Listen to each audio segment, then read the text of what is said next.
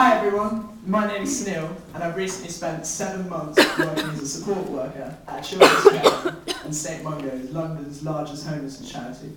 The venture I'm presenting today was all about giving frontline workers the skills they need to be brilliant at their job. The inspiration for my venture really comes from the gentleman in the picture, who I'll call Ivan, but that isn't his name. Ivan was really the first person I struck up a relationship with at St Mungo's. At the time, he was battling to stay clean, steering clear of other addicts in the service. What happened was, in the end, over Christmas, he relapsed, sadly, falling into old networks and old habits. Sadly, Ivan's story isn't one that stands alone. Where I worked, 83% of people were stuck in temporary accommodation for 2 years or longer. This is a story that's replicated across the sector. What I saw is that too much focus is on compliance, bureaucracy, and outputs. Too much time is being spent on health and safety, logbooks, inform, and bureaucracy. It's a really frustrating story for frontline workers, and I've witnessed it and seen it firsthand. And what they really want to do is help people like Ivan realise their vision of a good life. But the sad truth is that frontline workers, who bear in mind have one of the toughest jobs in society, aren't as well equipped to do their job as they should be. What we find is that where frontline workers were working in teams previously, they're now providing support on their own, which means that they have to deal with challenging one-to-one situations and do lots of bureaucracy at the same time. Added to this, we find that in the sector, training is too often delivered traditionally, inflexibly, and it's frankly uninspiring. Unlike teachers, social workers, and nurses, there isn't a legal requirement for training in the sector, even though they're working with individuals who are just as vulnerable. This is really frustrating because right now we kind of know what works, focusing on people's strengths rather than their problems and needs. We also know what people need, as in the case of Ivan, which is replicated with others. They need purpose, they need relationships. And despite the wider story of cuts, there are resources available. One example is personal budgets, which means that everyone in the social care sector is entitled to spend and direct some form of their social care. So it means that someone like Ivan can spend some of his money on an art class.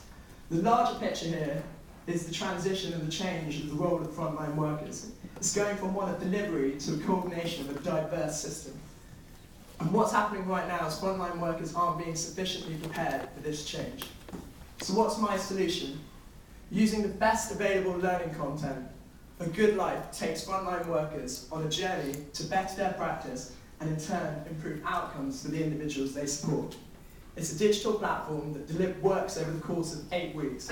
Initially, A Good Life will focus on helping frontline workers gain skills to better support the individuals they work with, rediscover their purpose, and build relationships.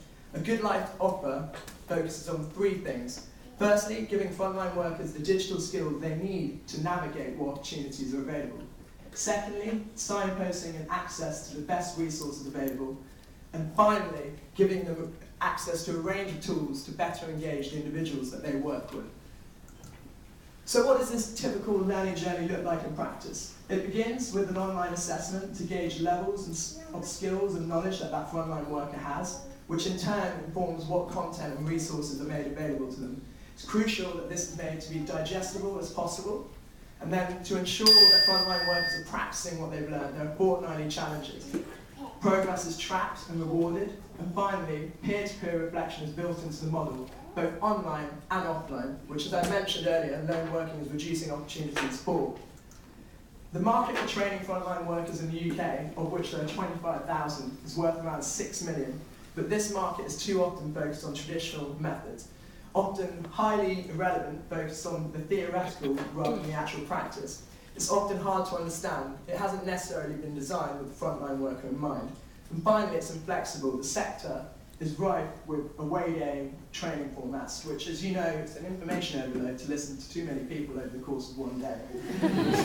Training, well, technology is enabling us to reimagine how we learn in the 21st century, and we're seeing this across all sectors. The homelessness sector needs to catch up, and this is what A Good Life aims to do, to deliver better outcomes for individuals like Ivan.